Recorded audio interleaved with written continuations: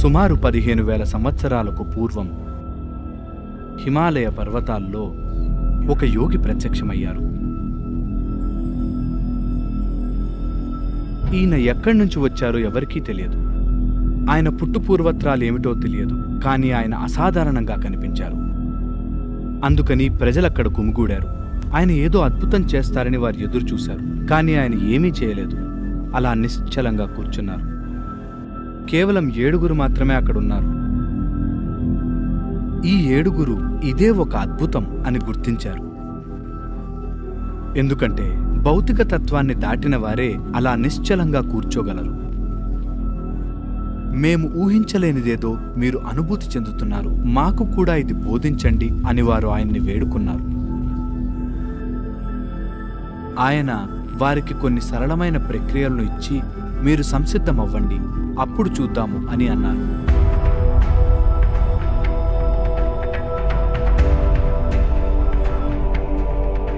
వాళ్ళు సాధన చేయడం మొదలుపెట్టారు.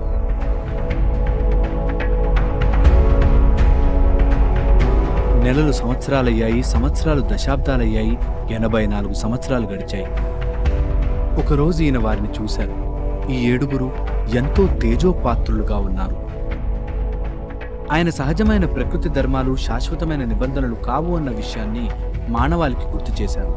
మీరు కృషి చేయడానికి సిద్ధంగా ఉంటే ఇహాన్ని దాటి వెళ్ళవచ్చు అన్న ఆలోచనని కల్పించడమే కాకుండా అక్కడికి చేరుకునేందుకు విధానాలను కూడా ఇచ్చారు. ఈయన ఎవ్వరికీ తను తాను పరిచయం చేసుకోలేదు, ఎవరికీ ఆయన పేరు తెలియదు.